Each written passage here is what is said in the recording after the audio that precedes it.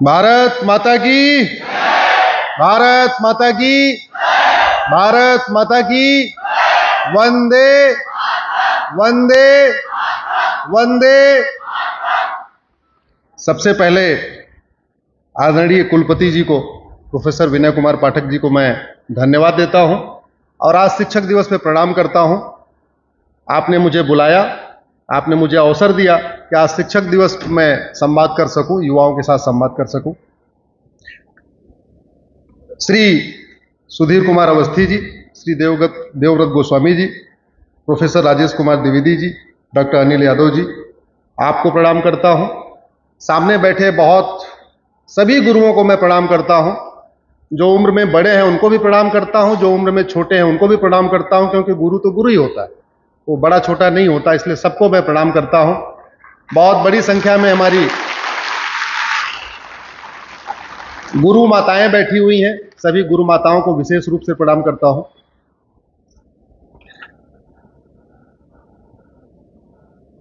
छत्रपति साहू जी महाराज को प्रणाम करता हूं, नमन करता हूं। रानी लक्ष्मीबाई जी को नमन करता हूं। और जिस उपलक्ष्य में शिक्षक दिवस मनाया जाता है, राधा कृष्णन जी को प्रणाम करता हूं। पहले इंजीनियर था, अब वकील बन गया, इसलिए हमारी बातचीत कानून के इर्द गिर्द ज्यादा रहेगी। और हमारा संवाद एक तरफा नहीं होगा, इसलिए जब मैं आपसे कुछ पूछूं तो आप जोर से उसका उत्तर देना, तेजी से उत्तर देना, क्योंकि सामान्यतः जो हम चर्चा करते हैं 3 से 5 करोड़ लोगों तक पहुंचता है, तो आपकी आवाज भी यहां पहुंचनी चाहिए। और मैं अपने साथी से निवेदन करूंगा कि जब मैं सवाल पूछूं तो आप जरा कैमरा उधर भी घुमा देना, जिससे पता भी चले कि कर्णपुरम की धरती पे आज कितनी बड़ी संख्या में शिक्षक छात्र इकट्ठा हुए हैं इस अवसर पे संवाद करने के लिए। भारत के संविधान में काम का बंटवारा है, और काम के बंटवारे के साथ साथ इसमें एक शपथ बनी हुई है, उसको शेड्यूल 3 कहते हैं। तो एक शपथ तो ऐसी है जो हम सब लोग लेते हैं, उसको प्रियम्बल कहते हैं। We the people of India, हम भारत के लोगों ने क्या तय किया? एक, हम सोवरिन भारत बनाएंगे, एक ऐसा भारत बनाएंगे जिसमें सबको न्याय मिलेगा, एक ऐसा भारत बनाएंगे जिसमें सबको समान अवसर मिलेगा, एक ऐसा भारत बनाएंगे जिसमें देश की एकता अखंडता मजबूत होगी, एक ऐसा भारत बनाएंगे जिसमें सबको सोचने की और बोलने की स्वतंत्रता होगी। लेकिन सब में प्रमुख है सोवरिन भारत बनाएंगे, यानी संप्रभु, संपूर्ण प्रभुत्व संपन्न भारत बनाएंगे। यह शपथ हमने लिया 26 नवंबर 1949 को। यह संविधान लागू हुआ 26 जनवरी 1950 को, लेकिन हमने उसके 2 महीने पहले शपथ ले लिया प्रियम्बल में।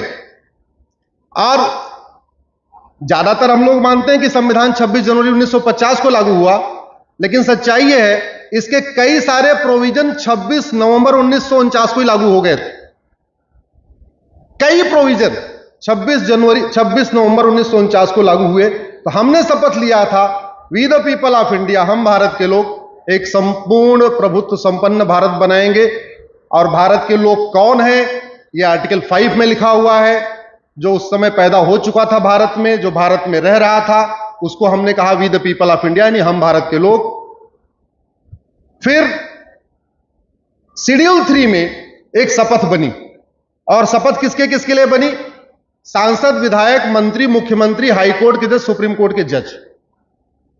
और बड़ी महत्वपूर्ण शपथ। मेरा यह व्यक्तिगत रूप से मानना है कि सांसद, विधायक, मंत्री, हाई कोर्ट के जज, सुप्रीम कोर्ट के जज, उनको प्रतिदिन अपने ऑफिस में जाने से पहले इस शपथ को पढ़ना चाहिए। पिछले 20 साल से इस शपथ को पढ़ रहा हूं, लेकिन अभी तक ये पूरी नहीं हो पाई है। अभी मुझे इसमें बहुत सारे अर्थ और मिलते जा रहे हैं कि क्या क्या लिखा है इसमें। शपथ क्या कहती है? मैं ईश्वर की शपथ लेता हूं किसकी शपथ लेते हैं? ये कौन कह रहा है? सांसद, विधायक, मंत्री, हाई कोर्ट के जज और सुप्रीम कोर्ट के जज। अब ईश्वर की शपथ ले रहे हैं तो यानी ईश्वर के अनुसार कार्य करेंगे या ईश्वर की इच्छा के खिलाफ काम करेंगे? बोले जरा। जिसकी शपथ ले रहे हैं, माता की शपथ ले रहे हैं तो माता की इच्छा के अनुसार काम करेंगे, पिता की शपथ ले रहे हैं तो पिता की इच्छा के अनुसार काम करेंगे। जहां हम कह रहे हैं मैं ईश्वर की शपथ लेता हूं तो यानी ईश्वर की इच्छा के अनुसार काम करेंगे। अब मैं आपसे पूछता हूं, आप लोग जरा तेजी से उत्तर दीजिए, ईश्वर को क्या पसंद है? समानता या असमानता? न्याय या अन्याय? आजादी या गुलामी? भाईचारा या नफरत? एकता या अलगाववाद? सत्य या असत्य? चोरी या ईमानदारी? सदाचार या व्यभिचार? शांति या अशांति? जीव सेवा या जीव हत्या? संतोष या असंतोष? छुआछूत या समरसता? घूसखोरी या ईमानदारी? नशा तस्करी या नशा नियंत्रण? प्राणियों में सद्भावना या भेदभाव? विश्व कल्याण या विश्व की बर्बादी?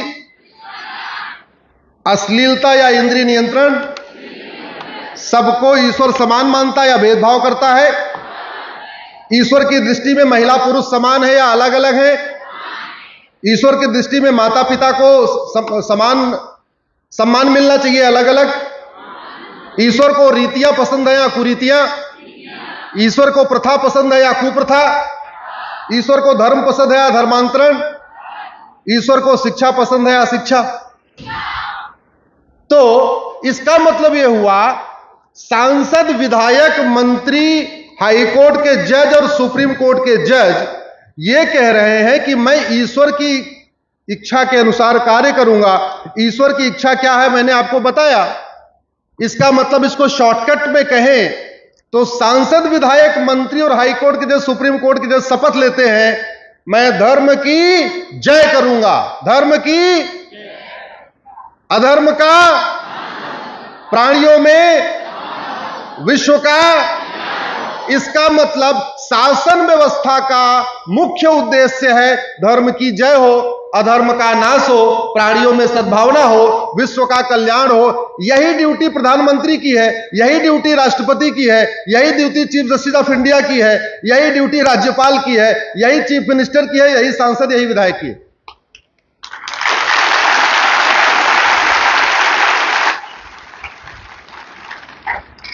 अब कहते हैं उसके बाद विधि द्वारा स्थापित भारत के संविधान के प्रति सच्ची श्रद्धा और निष्ठा रखूंगा। केवल यह नहीं बोला कि भारत के संविधान के अनुसार कार्य करूंगा, सच्ची श्रद्धा और निष्ठा। श्रद्धा और निष्ठा का मतलब अगर अंग्रेजी में कहें तो डेडिकेशन, डिटर्मिनेशन और डिवोशन। 3D के अनुसार काम करूंगा। काम हो रहा है क्या? हो रहा है। फिर आगे क्या कहते हैं? मैं भारत की संप्रभुता को अक्षुण्ण रखूंगा, यानी गुलामी के दौरान भारत की संप्रभुता जो गड़बड़ हो गई है, थोड़ी बिखर गई है, उसको मैं दोबारा करेक्ट करूंगा और फिर से भारत को संप्रभु राष्ट्र बनाऊंगा। आगे क्या कहते हैं? अपने कर्तव्यों का श्रद्धापूर्वक शुद्ध अंतःकरण से निर्वाह करूंगा, भय, पक्षपात, अनुराग, द्वेष के बिना मैं न्याय करूंगा। संविधान का मूल उद्देश्य कहां लिखा हुआ है? प्रियम्बल में। प्रियम्बल कहता है we the people of India have decided to establish sovereign Bharat. सवाल यह है, शपथ भी हो गई, जनता ने भी शपथ ले लिया, जिनको संविधान के अनुसार कार्य करना उन्होंने भी शपथ लिया, संप्रभुता आ गई क्या? जोर से बोलिए जरा। शिक्षा व्यवस्था गुलामी वाली, न्यायिक व्यवस्था गुलामी वाली, पुलिस व्यवस्था गुलामी वाली, टैक्स व्यवस्था गुलामी वाली, एडमिनिस्ट्रेटिव सिस्टम गुलामी वाला, सब कुछ तो गुलामी गुलामी गुलामी चल रहा है। इवन भाषा गुलामी वाली। बंगाल के आदमी को हिंदी नहीं आती, उत्तर प्रदेश वाले को बंगाली नहीं आती, जब दोनों मिलते हैं तो आपस में बातचीत किस में होती है? इंग्लिश में, विदेशी भाषा में। तमिलनाडु वाले को हिंदी नहीं आती, यूपी वाले को तमिल नहीं आती, जब दोनों मिलते हैं तो आपस में इंटरेक्शन किस में होता है? गुलामी की भाषा में। जबकि संविधान का आर्टिकल 344, मैं चाहूंगा सर, आपने इस विश्वविद्यालय को नया रूप दिया है, तो कुछ एक आर्टिकल्स पे आपके विश्वविद्यालय में गंभीर चिंतन हो। एक चिंतन तो सॉवरेंटी के ऊपर होना चाहिए, एक चिंतन आर्टिकल 344 पे भी होना चाहिए, एक चिंतन प्रियम्बल में जितने शब्द दिए हुए हैं उस पे भी होना चाहिए। संविधान निर्माताओं ने आर्टिकल 344 में यह कहा कि एक कमीशन बनेगा, भारतीय भाषा आयोग बनेगा, जो सुनिश्चित करेगा अगले 15 साल के अंदर विदेशी भाषाओं का प्रभाव खत्म हो जाए, सारी भारतीय भाषाओं में कामधाम शुरू हो जाए। और आर्टिकल 351 तो इसके आगे भी जाता है। आर्टिकल 351 यह कहता है इस देश के सभी लोगों को हिंदी और संस्कृत लिखना पढ़ना बोलना आना चाहिए। और इसीलिए डॉक्टर अंबेडकर ने जब भारत की राष्ट्रभाषा क्या होगी, इस पे प्रस्ताव कई लोग अपना अपना सुझाव दे रहे थे, तो डॉक्टर अंबेडकर का कहना था कि भारत की ऑफिशियल लैंग्वेज संस्कृत होनी चाहिए। यह डॉक्टर अंबेडकर का प्रस्ताव था। हालांकि वो नहीं हुआ, हिंदी हुई ऑफिशियल लैंग्वेज, लेकिन यह प्रस्ताव था। जब हमने ये तय कर लिया आज के 70 साल पहले कि हम एक संप्रभु भारत बनाएंगे, और आज भी हमारे देश में हमारे महापुरुषों को तो पढ़ाया नहीं जा रहा। आज भी उन लोगों को पढ़ाया जा रहा है जो यहां आए, लूटे तोड़े, हत्या किया, बलात्कार किया, मारा पीटा, उनको तो पढ़ाया जा रहा है। लेकिन एक से बढ़कर एक हमारे देश में जो महापुरुष हुए, महान राजा हुए, उनको नहीं पढ़ाया जा रहा। उदाहरण के लिए मरीच को नहीं पढ़ाया जाता, कश्यप को नहीं पढ़ाया जाता, विवस्वान को नहीं पढ़ाया जाता, इक्ष्वाकु को नहीं पढ़ाया जाता, पृथु को नहीं पढ़ाया जाता, त्रिशंकु को नहीं पढ़ाया जाता, धुंधुमार को नहीं पढ़ाया जाता, मानधाता को नहीं पढ़ाया जाता, भरत को नहीं पढ़ाया जाता, असित को नहीं पढ़ाया जाता, सगर को नहीं पढ़ाया जाता, अंशुमान को नहीं पढ़ाया जाता, दिलीप को नहीं पढ़ाया जाता, भगीरथ को नहीं पढ़ाया जाता, रघु को नहीं पढ़ाया जाता, जिनके नाम पे चौपाई है, रघुकुल रीत सदा चली आई प्राण जाय पर। उनके बारे में कोई चैप्टर है क्या? नहीं। सुदर्शन को नहीं पढ़ाया जाता, अग्निवर्ण को नहीं पढ़ाया जाता, अम्बरीश को नहीं पढ़ाया जाता, ययाति को नहीं पढ़ाया जाता, नाभाग को नहीं पढ़ाया जाता, और दशरथ को केवल इतना पढ़ाया जाता है कि वो राम के पिता थे। बाबर, हुमायूं, तुगलक, गौरी, गजनी का पूरा इतिहास पढ़ाया जाता है, लेकिन दशरथ जी के बारे में केवल इतना पढ़ाया जाता है कि राम के पिता थे, बस। आपको ये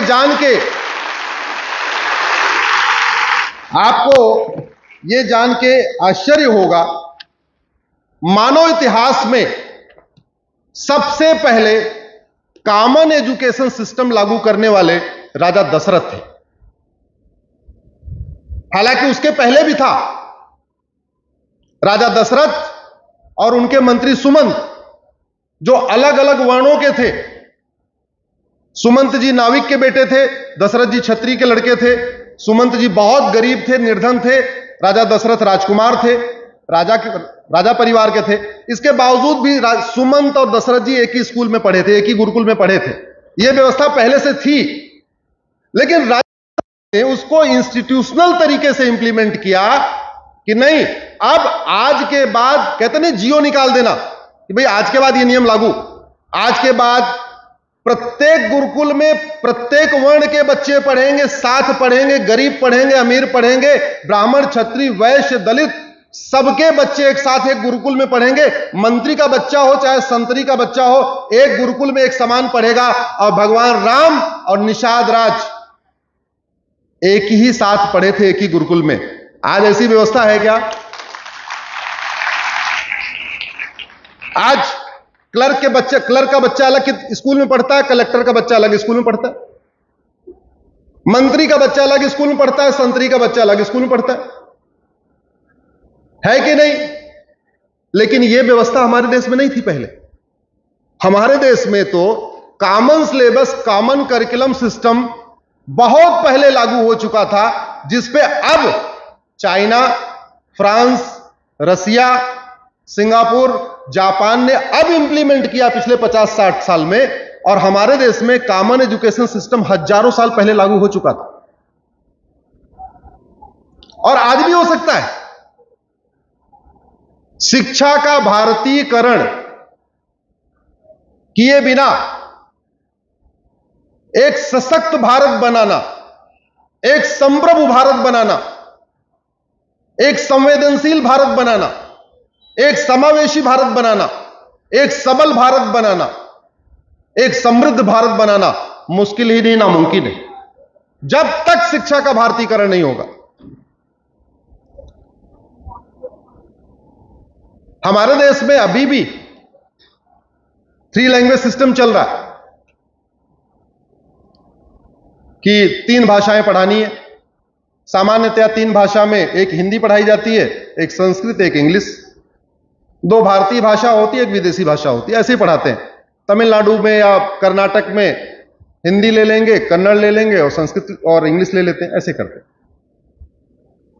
लेकिन वर्तमान व्यवस्था में सुधार की गुंजाइश है और सुधार करना चाहिए। हम संस्कृत तो पढ़ा रहे हैं और संविधान की इच्छा के अनुसार पढ़ा रहे हैं। संविधान कहता है लोगों को हिंदी और संस्कृत लिखना, पढ़ना, बोलना आना चाहिए, लेकिन उसमें प्राइवेट पब्लिशर की किताबें पढ़ा रहे हैं और अलग अलग कथाएं पढ़ा रहे हैं। हमारे वेद किसमें है? जोर से बोलिए जरा। संस्कृत में। वाल्मीकि रामायण संस्कृत में, पुराण हमारे संस्कृत में, उपनिषद हमारे संस्कृत में। और ये जो वेद, पुराण, उपनिषद है, ये चेंज भी नहीं हो रहे। ऐसा नहीं कि इस साल वाले बच्चे को ये वाली खरीदना है, अगले साल तो बदल जाएगा वेद, इसलिए वेद बदलना। ये तो ऐसा है कि एक बार वेद खरीद लिया तो बड़ा भाई भी वही पढ़ेगा, छोटा भाई भी पढ़ेगा, यानी जेब पे खर्चा भी कमाने वाला। हम संस्कृत पढ़ा रहे हैं प्राइमरी स्कूलों में। अगर उस संस्कृत में प्राइवेट पाठ्य पुस्तकें पढ़ाने की बजाय वाल्मीकि रामायण लगा दें, उपनिषद लगा दें या वेद लगा दें, एक क्लास में एक क्लास में एक उपनिषद लगा दिया, अगले साल एक वेद लगा दिया, अगले साल अथर्ववेद लगा दिया, फिर सामवेद लगा दिया, ऋग्वेद लगा दिया, ऐसे जैसे जैसे बच्चा बढ़ता गया हम एक वेद लगाते चले गए। 8वीं तक पास करते करते हमारे भारत के सभी बच्चों को वेद आ जाएगा कि नहीं, पढ़ना आ जाएगा कि नहीं, होना चाहिए कि नहीं? हिंदी पढ़ाते, मैं ये नहीं कह रहा हूं कि निराला जी को मत पढ़ाइए, सुमित्रानंद पंत को मत पढ़ाइए, लेकिन हमारा रामचरितमानस भी तो हिंदी में है। रामचरितमानस से बढ़िया काव्य है क्या? सारे अलंकार उसी में, सारे समास उसी में, सारे व्याकरण भी उसी में। अगर एक एक कांड पढ़ाना शुरू करें, पहली, दूसरी, तीसरी, चौथी, 5वीं, 6वीं, 7वीं, 8वीं, 8वीं आते आते हमारे बच्चों को रामायण आ जाएगा कि नहीं? पूरा आज आता है कि रामायण पढ़ेंगे, राम का चरित्र पढ़ेंगे, राम का भाई के साथ व्यवहार पढ़ेंगे, राम का माता के साथ बिहेवियर कैसे था वो पढ़ेंगे, राम पिता के साथ कैसे व्यवहार करते थे वो पढ़ेंगे, तो माता पिता के साथ सम्मान भी बढ़ेगा, एक जीवन शैली भी पता चलेगी, राम का पूरा आदर्श भी पता चलेगा, और इसी बात लगे हाथों रामायण भी पढ़ लेंगे। और रामायण कभी बदलती नहीं है, तो एक बार रामायण खरीद लिया, पता चला घर में 6 बच्चे हैं, 6 के 6 बच्चे रामायण पढ़ रहे हैं, किताब तो रामायण तो बदला नहीं, तो पॉकेट पे बर्डन भी कम हुआ और रामायण भी पढ़ ली। संस्कृत भी पढ़ते हैं, हिंदी भी पढ़ते हैं, इंग्लिश भी पढ़ते हैं। आज की डेट में सर इंग्लिश में इतनी किताबें चल रही हैं, प्राइवेट पब्लिशर की किताबें चल रही हैं। अच्छा है, ठीक है, प्राइवेट पब्लिशर लगाइए। भगवत गीता तो इंग्लिश में है ना। दुनिया की सारी भाषाओं में भगवत गीता का ट्रांसलेशन हो चुका है।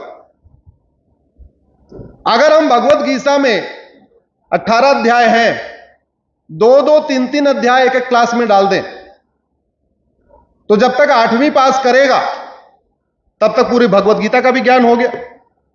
तो गुरु शिष्य की जो परंपरा होती है, अर्जुन और भगवान कृष्ण के बीच में संवाद हो रहा है, और गुरु शिष्य की परंपरा का अर्जुन कृष्ण संवाद से बड़ा कोई एग्जाम्पल ही नहीं। शिष्य पूछता जा रहा है सवाल और गुरु जवाब देता जा रहा है। 1 2 3 4 5 6 70 प्रश्न, 1-2 नहीं, कितने प्रश्न? 70 प्रश्न। अगर हमारे बच्चे भगवत गीता पढ़ेंगे तो भारतीय जीवन शैली भी सीखेंगे, भारतीय परंपरा भी सीखेंगे, धर्म क्या है अधर्म क्या है यह भी सीखेंगे, युद्ध क्यों होता है, युद्ध से क्या नुकसान होता है इसको भी सीखेंगे, युद्ध कैसे रोका जा सकता है इसको भी सीखेंगे। और जब भारत के सभी बच्चे वेद पुराण उपनिषद सीखना शुरू कर लेंगे, पढ़ना शुरू करेंगे, रामायण पढ़ना शुरू कर लेंगे, तो संविधान के प्रियम्बल में शब्द आता है फ्रेटर्निटी,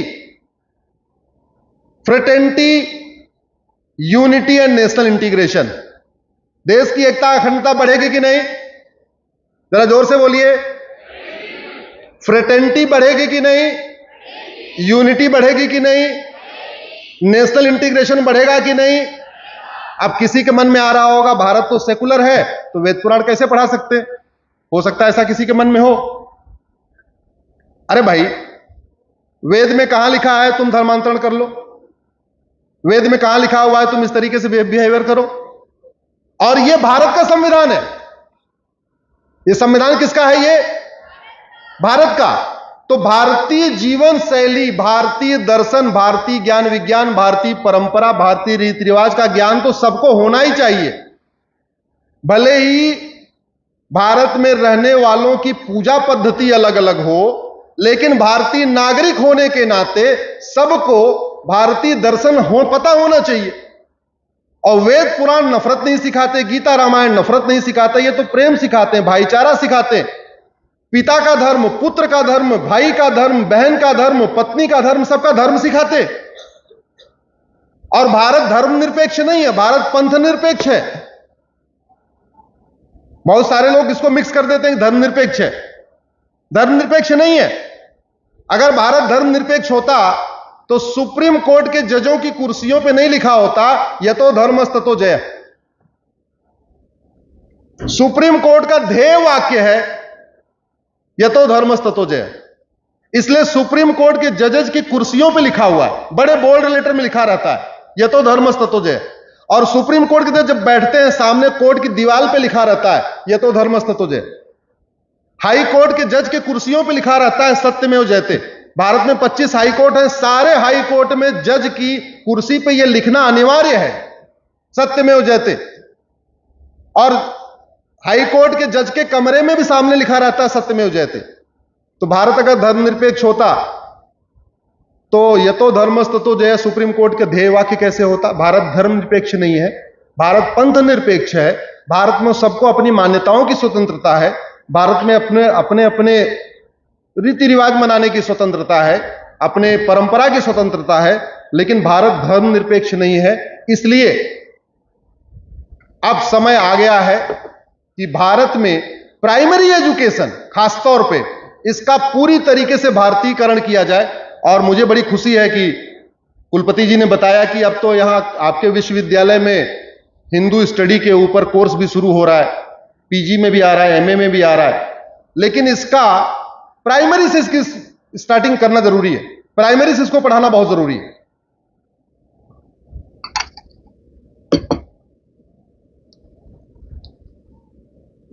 भारत में न्यायिक व्यवस्था भी आज भी हमारी विदेशी चल रही है। आज मैं आपके सामने कुर्ते पैजामा में हूं, सच्चाई है कि मैं भी उधर काला गाउन, काला सफेद बैंड, काली कोट, इसी में रहता हूं उधर।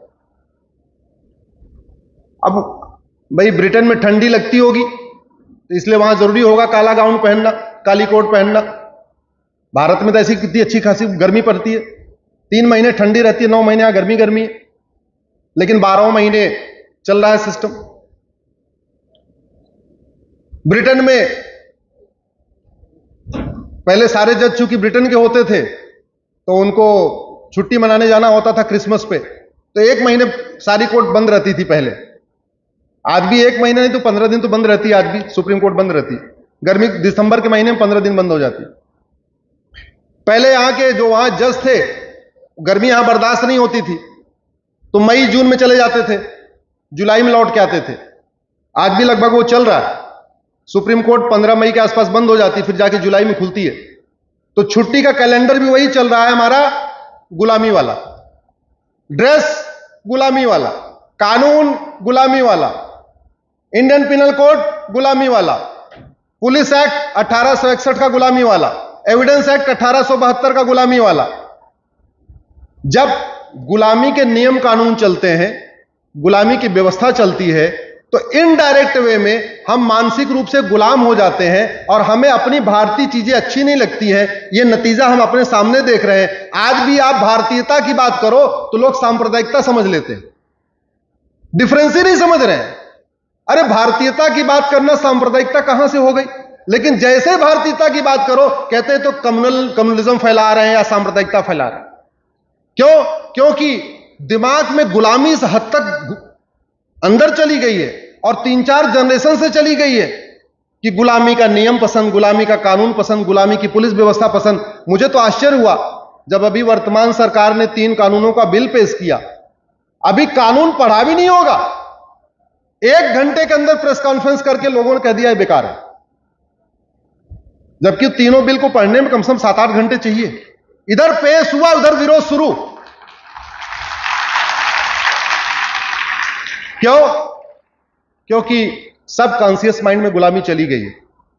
आप हाथी के बच्चे को भी अगर 1 महीने शुरुआत में उसको रस्सी से बांध दीजिए तो बाद में वो कभी रस्सी तोड़ता नहीं है, उसी में रहता है, वो कभी रस्सी तोड़ने की कोशिश नहीं करता। लगभग वही व्यवस्था चल रही है। भारत में न्यायिक व्यवस्था इतनी सड़ चुकी है, मैं तो वर्ड यूज कर रहा हूं, जिम्मेदारी के साथ कर रहा हूं, सड़ चुकी है। आज की डेट में 5 करोड़ केसेस तो district court, high court, supreme court में पेंडिंग है और 5 करोड़ केसेस तहसीलदार के यहां, एसडीएम के यहां, एडीएम के यहां, डीएम के यहां, चकबंदी अधिकारी के यहां, एसओसी के यहां, डीडीसी के यहां और चकबंदी कमिश्नर के यहां पेंडिंग है। टोटल कितने मुकदमे हो गए? 10 करोड़, यानी ऑस्ट्रेलिया का 4 गुना। ऑस्ट्रेलिया की टोटल जनसंख्या 2.5 करोड़ है और भारत में 10 करोड़ केस पेंडिंग। अगर ऑन एन एवरेज एक परिवार में आप 6 आदमी मान के चलिए, यानी 60 करोड़ लोग आशा लगा के बैठे हैं हमको न्याय मिल जाए, हमको न्याय मिल जाए। चलो इसमें मान लेते हैं बहुत सारे लोग ऐसे भी हैं जो नहीं चाहते होंगे जल्दी न्याय मिले, लेकिन ज्यादातर तो लोग चाहते हैं। अगर बीमारी ठीक ना हो तो दवा को कंटिन्यू करना चाहिए क्या? जोर से बोलिए जरा। जैसे बीमारी ठीक नहीं होती है तो दवा बदल दी जाती है, वैसे अगर न्याय न मिले तो क्या करना चाहिए? कानून बदल देना चाहिए। वो नहीं बदला गया। अब शुरुआत हुई है, लगभग 1600 अंग्रेजी कानून खत्म हुए हैं, 3 कानून अभी इस बिल अभी पेश किया गया है। कानून बदलने की प्रक्रिया शुरू हुई है, लेकिन मेरा यह मानना है कि जो हमारे ये कानून बनाने वाले हैं ना, ये भी गजब के हैं। अपना घर बनाना होता है किसी को भी तो कम से कम 2-3-4 आर्किटेक्ट से बात करते हैं, करते ही नहीं करते? अपना घर बनाना होगा तो आस पड़ोस के मोहल्ले में जाके जितने नए घर बने होंगे सबको देखेंगे। ऐसे ही करते हैं ना हम लोग। अपना घर बनाना होता तो आंख बंद करके बनाते हैं क्या? नहीं, पहले जाते हैं, देखते हैं कि भाई आसपास कितने नए घर बने, इनको देख लो, किसका ड्राइंग रूम अच्छा, किसका बेडरूम अच्छा, किसका किचन अच्छा, जिसकी जो जो अच्छा है, जो बढ़िया लगा, किसी की ड्राइंग रूम की कॉपी, किसी के बेडरूम की कॉपी, किसी के किचन की कॉपी, सबकी कॉपी किया और फिर अपना कानून, अपना घर बनाते हैं। हमारे संविधान निर्माताओं ने भी यही काम किया था। हमारे संविधान निर्माताओं ने 50 देशों कानून पढ़ा और 50 देशों का कानून पढ़ने के बाद 10 देशों की कानून की कॉपी मारा। थोड़ा जापान की नकल किया, अमेरिका की नकल किया, थोड़ा ब्रिटेन की नकल किया, थोड़ा फ्रांस की नकल किया, आयरलैंड की नकल किया। ऐसे उन्होंने 10 देशों की बेस्ट प्रैक्टिस को कॉपी किया। और मेरा यह मानना है कॉपी करने में कोई बुराई नहीं है, कॉपी करना भी चाहिए। अच्छी चीज की नकल करने में कोई दिक्कत नहीं है, अच्छी चीज की नकल करना चाहिए। लेकिन अब उसके बाद वालों ने अच्छी चीज की नकल नहीं किया। संविधान निर्माताओं ने 10 देशों की बेस्ट प्रैक्टिस उठा के कानून बना लिया, लेकिन उसके बाद वाले कानून निर्माताओं ने दुनिया में कहां क्या चल रहा है उसकी नकल नहीं किया, बल्कि 1860 के इंडियन पिनल कोड को कंटिन्यू किया, 1861 के पुलिस एक्ट को कंटिन्यू किया, 1872 के एविडेंस एक्ट को कॉपी कंटिन्यू किया। हमारे यहां न्यायिक व्यवस्था की शुरुआत कहां से होती है? पुलिस से। अल्टीमेटली अगर किसी को परेशानी हुई, चेन स्नेचिंग हुई, कुछ चोरी हुआ, तो कहां जाते हैं हम लोग? किसके पास जाते हैं? पुलिस के पास। 100 नंबर डायल करेंगे, 112 नंबर डायल करेंगे। मुकदमा लिखने वाला कौन? कांस्टेबल, हवलदार, 12वीं पास या मैक्सिमम बीए, बीएससी, बीकॉम। 6000 कानून चल रहे, 50 कानून तो क्राइम से रिलेटेड चल रहे हैं।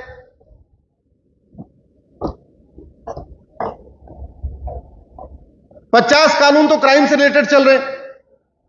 अब हम ये आशा करते हैं कि वो हवलदार उन 50 कानूनों का एक्सपर्ट हो जाए और जैसे ही हम कंप्लेन दें तो वो देख ले, अच्छा आईटी एक्ट का ये सेक्शन लगेगा, इसका ये सेक्शन लगेगा, इसका ये सेक्शन लगेगा, इसका ये सेक्शन लगेगा। कैसे कर सकता भाई? कर ही नहीं सकता। इसका तरीका अमेरिका वालों ने निकाला। अमेरिका वालों ने करप्शन और क्राइम के सारे कानूनों को मर्ज करके एक किताब बना दिया, उसको कहते हैं फेडरल पिनल कोड। उसमें 123 चैप्टर डाल दिए, चैप्टर 1, चैप्टर 2, चैप्टर 3, चैप्टर 4। घूसखोरी, जमाखोरी, मिलावटखोरी, कालाबाजारी, नशा तस्करी, मानव तस्करी, ये सारा उसी एक में। तो वहां के कांस्टेबल के लिए एफआईआर लिखना आसान है, सीधे इंडेक्स खोलता है और चैप्टर वाइज जाता है, आपकी कंप्लेन पढ़ता गया, चैप्टर वाइज देखता गया, चैप्टर वाइज देखता गया और चैप्टर में से उठा उठा के धारा लिखता चला गया। हमारे यहां क्या है? 50 कानून तो चोरी का अलग है, रेप का अलग, पॉक्सो अलग है, थ्रेटनिंग का अलग है, किडनैपिंग का अलग है, मर्डर का अलग है। वो बेचारा एक पन्ने की कंप्लेन को देखता, अच्छा पहले लाइन में ये लिखा हुआ है, ये वाला कानून, दूसरी लाइन में ये लिखा है, ये वाला कानून, तीसरी में ये लिखा है, ये वाला कानून। अब मुकदमा लिखने वाला कौन? हवलदार, 12वीं पास। जांच अधिकारी कौन? Sub inspector, BA. अब 12वीं पास जो उसने मुकदमा लिखा, उसको बैठ के डिस्ट्रिक्ट कोर्ट के जज अपना दिमाग लगा रहे हैं।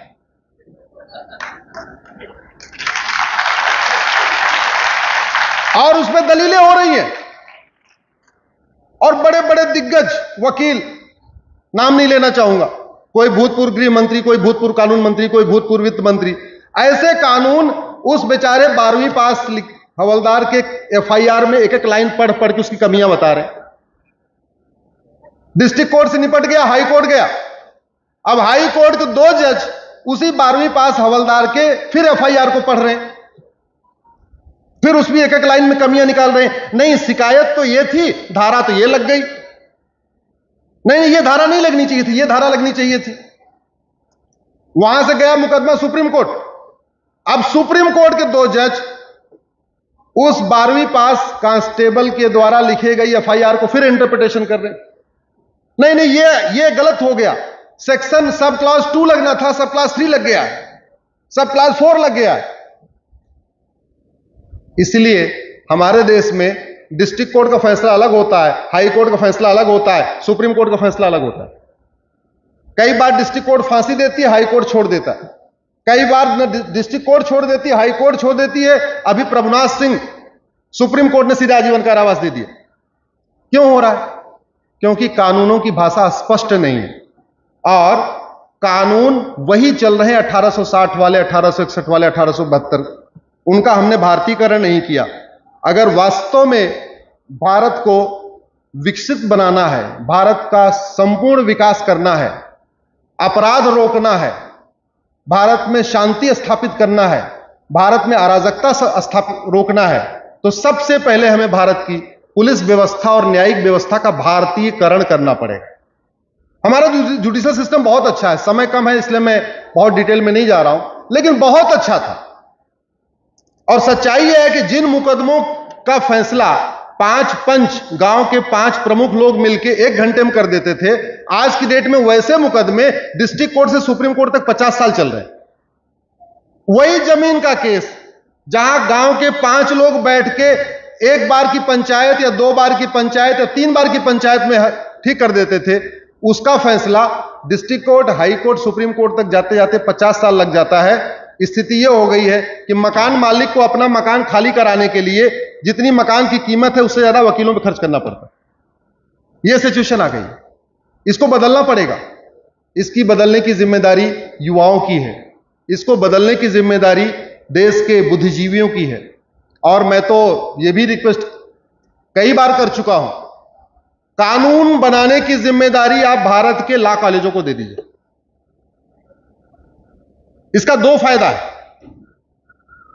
पहली बात, फैकल्टी, स्टूडेंट सब मिलके इसी बहाने बेस्ट प्रैक्टिस सीख लेंगे। उदाहरण के लिए नशा नियंत्रण वाला कानून है, अगर उसको बदलना है किसी एक कॉलेज को दे दीजिए।